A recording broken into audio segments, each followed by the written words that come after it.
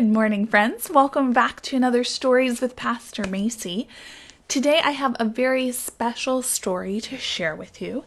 It's called Just Like You and Me, and it is written by Ginger Ketting, who was a teacher of mine when I went to Walla Walla University. And it's a wonderful little story about teaching children that Jesus makes us all one family.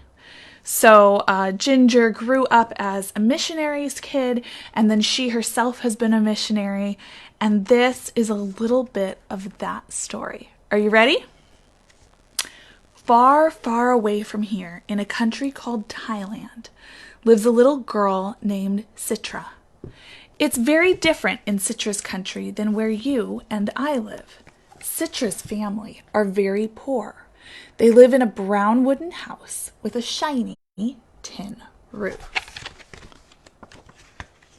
Every morning, Citra gets up before dawn and takes her shower, but not like you and me.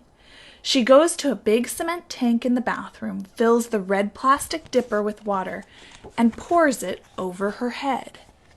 After her shower, Citra dries herself and pats baby powder on her face.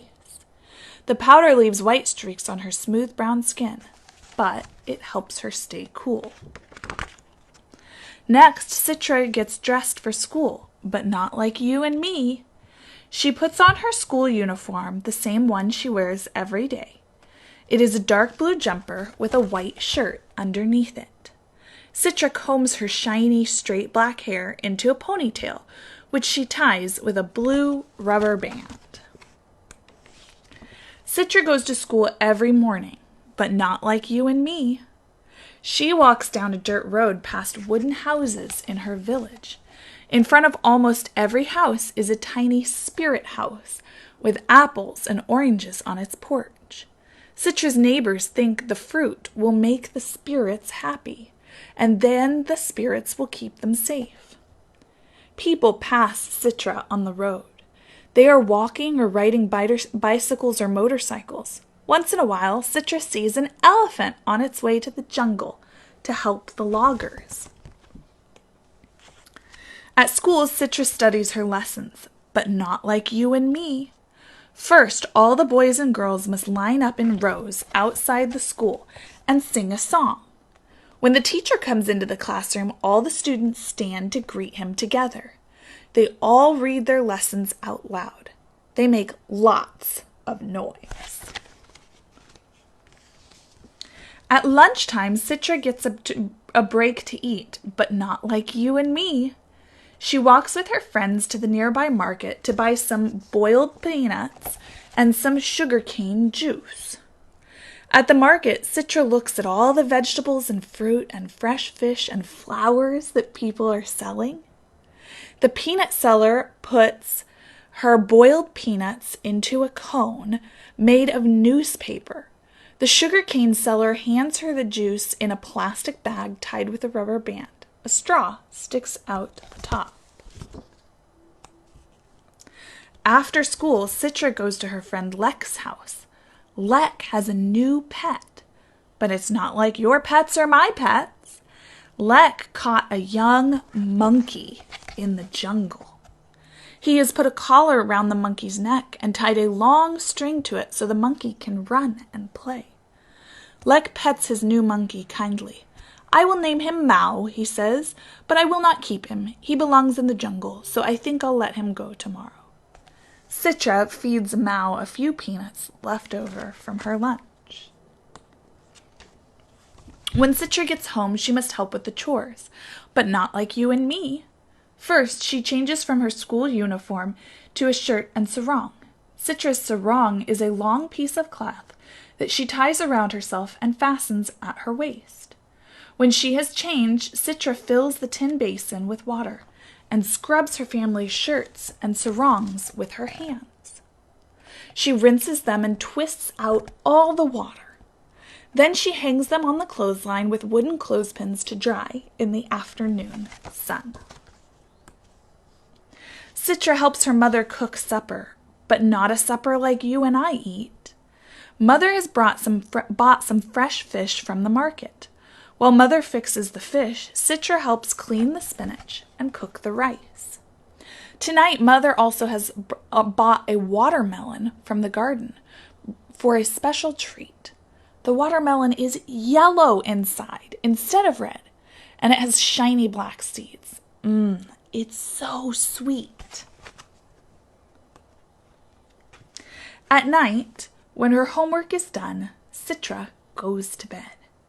But when she kneels on her bed by the window and listens to the night sounds, they are not what you and I hear. Somewhere in the jungle, a monkey chatters. A Chinook lizard on the wall goes chook, chook, chook, chook, chook. Citra likes him because he eats mosquitoes. Down at the town center, drums beat and a voice sings a quavery tune as the village people enjoy folk dancing together. Citra also hears the coconut palms rustle softly in the breeze.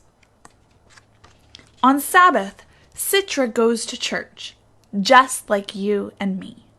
First, she dresses in her nicest shirt and sarong, because she wants to look nice to worship in God's house, just like you and me. As Citra walks to church, she looks at the rice growing in the field by the road. She listens to the chit-chit of sparrows in the trees. And just like you and me, Citra knows that Sabbath is a special day to be with God, family, and friends. She doesn't forget to stop at Lek's house. She has invited Lek to come to church with her. At church, Citra and Lek leave their shoes by the door to show that they respect God's house. Citra knows that God will meet with her at church, just like he meets with you and me.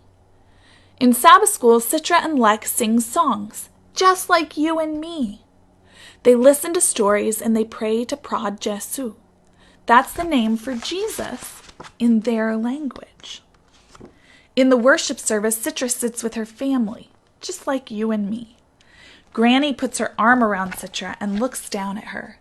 Citra thinks that Granny must have 100 wrinkles on her face. The pastor talks about Prod Jesu, just like your pastor and my pastor talk about Jesus. Citra tries to listen carefully. She imagines Prod Jesu's kind face looking at her. Citra knows Prod Jesu loves her very much and wants her to invite him into her heart every day, just like he wants you and me to invite him into our hearts. In the country of Thailand, far, far away, Citra quietly invites Jesus into her heart. She asks him to forgive her sins and to be the Lord of her life. Will you invite him into your heart, just like Citra? The end.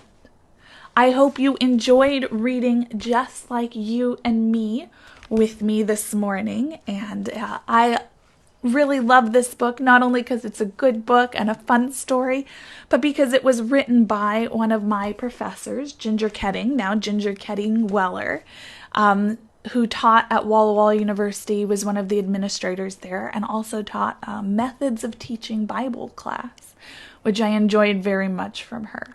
I hope you have a wonderful day, and I'll see you again soon. Bye.